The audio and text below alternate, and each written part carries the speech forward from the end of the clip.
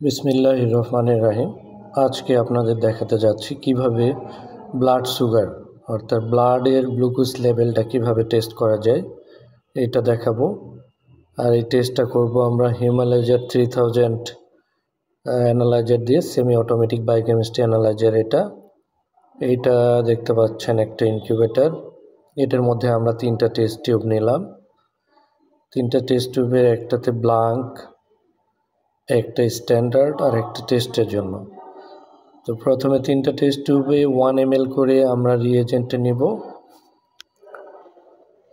এরপরে এই যে দেখতে পাচ্ছেন স্ট্যান্ডার্ড গ্লুকোজ স্ট্যান্ডার্ড, এটা আমরা নিয়ে নিব স্ট্যান্ডার্ডে। প্রথমটা ফাঁকা থাকবে ব্লাঙ্ক, দ্বিতীয়টা স্ট্যান্ডার্ড, দেন টেস্টের জন্য যে স্যাম্পলটা রয়েছে ওইখান থেকে আমরা 10 মাইক্রো নিয়ে টেস্ট টিউবে আমরা মিক্স করব রিয়েজেন্টের সঙ্গে।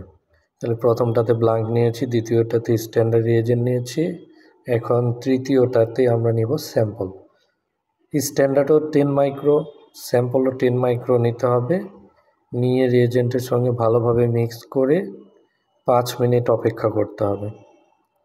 5 মিনিট পরে আমরা ক্যালিব্রেশন করে রিপোর্টটা বের করব। তো এই যে চলে আসি আমরা অ্যানালাইজারের প্রোগ্রামে। প্রথমে প্রোগ্রামে ঢুকে আমরা ওয়াটার রিডিং নিব। ওয়াটার রিডিং নেওয়ার পরে পর্যায়ক্রমে আমরা টেস্টগুলো করব। এই যে ওয়াটার রিডিং নিচ্ছি। ওয়াটার রিডিং নেওয়া হয়ে গেলে আমরা ব্লাঙ্ক, স্ট্যান্ডার্ড এবং টেস্টের রিডিংগুলো পর্যায়ক্রমে নিব। এই যে ওয়াটার রিডিং কমপ্লিট হয়ে গেছে। এরপরে আমরা প্রোগ্রামে ঢুকে যাব।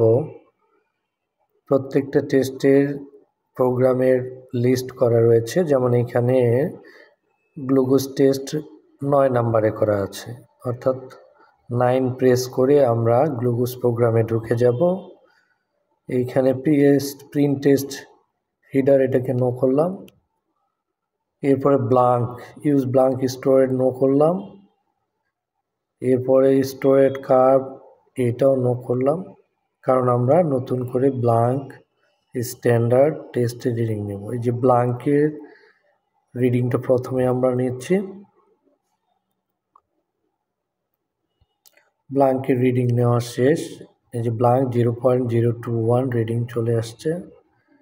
এরপরে আমরা নেব স্ট্যান্ডার্ড। রিড স্ট্যান্ডার্ড, মেশিনে দেখাচ্ছে রিড স্ট্যান্ডার্ড। এখন রিড স্ট্যান্ডার্ডটাকে আমরা খাওয়াই দেব।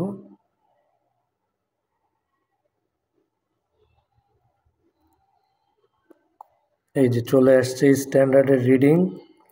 এরপরে আমরা এটাকে অ্যাকসেপ্ট করে দেব।